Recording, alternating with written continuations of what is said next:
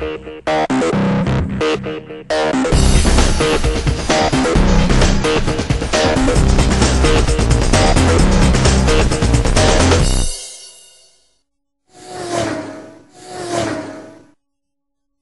already know about the RX8. Mazda's bargain price coupe went on sale in 2003 and instantly captured buyers' hearts. Great looks, powerful rotary engines and those oh-so-clever rear doors were enough to set pulses racing.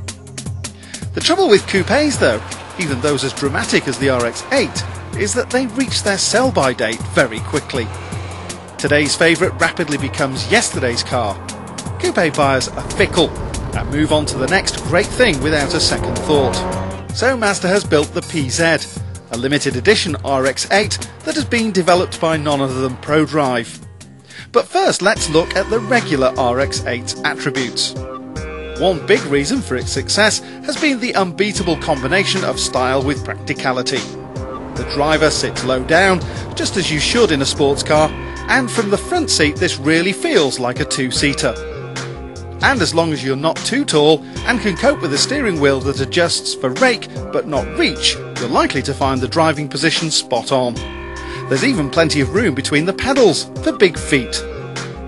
The rev counter with its built-in digital speedometer dominates the instrumentation. The rest of the fascia is pleasingly stylish and highly coordinated, quite exceptional for a Japanese car in fact. Seat comfort is excellent too. And then there are those clever rear hinge doors.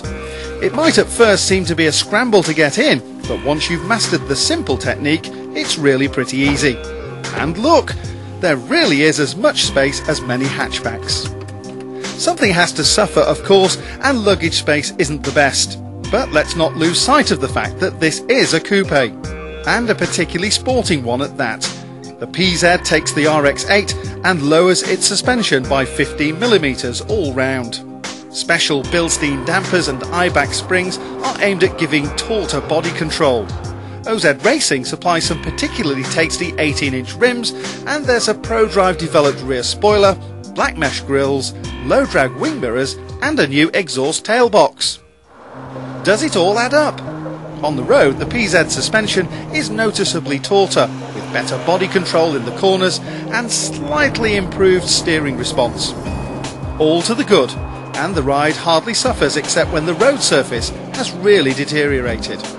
Those wheels and the lower ride height make the PZ look meaner too, and the revised exhaust gives a fine impression of improved performance. But it's all an illusion. The performance is unchanged. That's because the PZ has exactly the same engine as the normal RX8 High Power.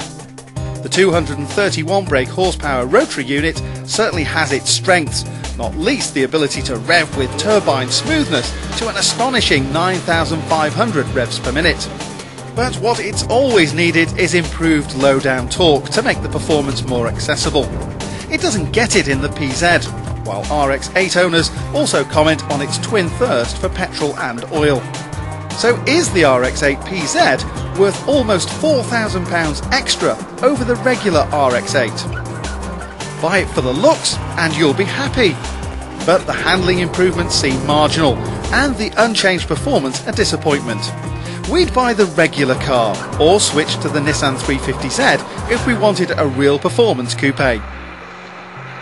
As for good points, well, it sharpens up the RX8 experience. There's a decent styling kit, so the RX8 still has a lot going for it. As for the downside, the changes aren't that great. Attention to engine torque would have been better. And there's that heavy fuel and oil consumption.